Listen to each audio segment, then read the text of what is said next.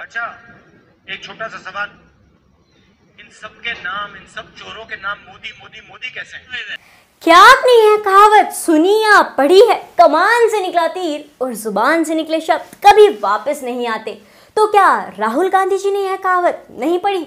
अरे भैया, पढ़ी तो होगी, और वैसे भी वो हिंदी मीडियम से नहीं है और ये तो हिंदी की कहावत है। लेकिन फिर भी हिंदुस्तान में राज करना है तो पढ़ लेनी चाहिए थी, और अगर हिंदी की कहावतें पढ़ ली होती तो ऐसा हाल न होता।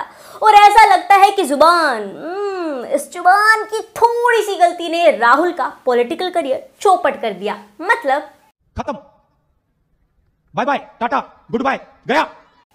अब ऐसा लग रहा है कि शायद 2024 के लोकसभा चुनाव राहुल बाबा नहीं लड़ पाएंगे, और इस बात का भी पूरा अंदेशा है कि अगर वे कानूनी लड़ाई हार गए तो 2 साल जेल में तो रहना पड़ेगा ही, और साथ ही साथ अगले 8 साल कोई भी चुनाव नहीं लड़ पाएंगे। एक जुबान फिसलने का इतना नुकसान। लेकिन चलो कोई बात नहीं, बड़ों बड़ों की जुबान फिसल जाती है ना। अभी देखो, देश में सारी विपक्षी पार्टियों के नेता, देश में विपक्ष है लेकिन दिखता नहीं है, छुट्टू मुट्टू है। फिर भी है तो सही, जैसे कांग्रेस, आम आदमी पार्टी, जो भी है वे भाजपा पर राजनीतिक बैर के कारण राहुल गांधी पर कार्रवाई करने का आरोप लगा रहे हैं। लेकिन ऐसा नहीं है। कुछ भक्त लोग कहेंगे सिसोदिया को देख लो, आम आदमी पार्टी से, वो भी भ्रष्टाचार कर रहा था तभी तो उसको अंदर डाल दिया। और देखो, हम तो ये मानते हैं कि एक स्वस्थ लोकतंत्र में विपक्ष को मजबूत होना चाहिए, लेकिन हम उसको मजबूत होने नहीं देंगे, क्योंकि जो हमसे टकराएगा उसका यही हश्र किया जाएगा, क्योंकि हम लोकतंत्र में विश्वास करते हैं। चलो ये सब बातें छोड़ो, वापस मुद्दे की बात करते हैं। देखो, भले राहुल भी नहीं है भैया, अगर इतिहास को टटोलें तो खुद राहुल गांधी के परिवार के पूर्व प्रधानमंत्री कई ऐसे कदम उठा चुके हैं जिन्हें नैतिक रूप से जायज नहीं ठहराया जा सकता। देखो, ये तो हमारा राजनीतिक खेल है। ऐसे में चाहे वो विपक्षी नेताओं को जेल में डालने के मामले हो, आपातकाल हो, या चुनी हुई राज्य सरकारों को बर्खास्त करने की कार्रवाई।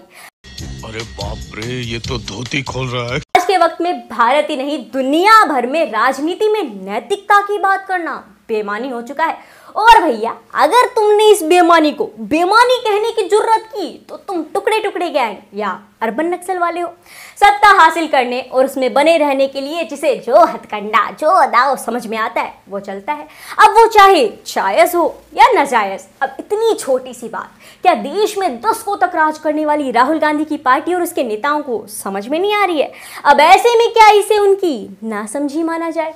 और वैसे भी राहुल गांधी कई बार बिना सोचे समझे बोल देते हैं, जैसे आटा 22 रुपए लीटर। और इतना ही नहीं है, अभी तो आगे देखो, राहुल गांधी के ऊपर उस मामले की भी तलवार लटकी हुई है जिसमें उन्होंने महात्मा गांधी जी की हत्या को लेकर आरएसएस पर टिप्पणी की थी। गांधी जी को मारा इन्होंने, आरएसएस के लोगों ने गांधी जी को गोली मारी। वैसे एक स्वस्थ लोकतंत्र के सत्ता पक्ष के साथ मजबूत विपक्ष का होना भी बेहद जरूरी है, और शायद देश के लोग कांग्रेस की ओर इसी उम्मीद से देखते हैं कि भैया कम से कम तुम खुद को एक मजबूत विपक्ष तो साबित करके दिखा दो। लेकिन ये भी बार बार निराश ही किए जा रहे हैं।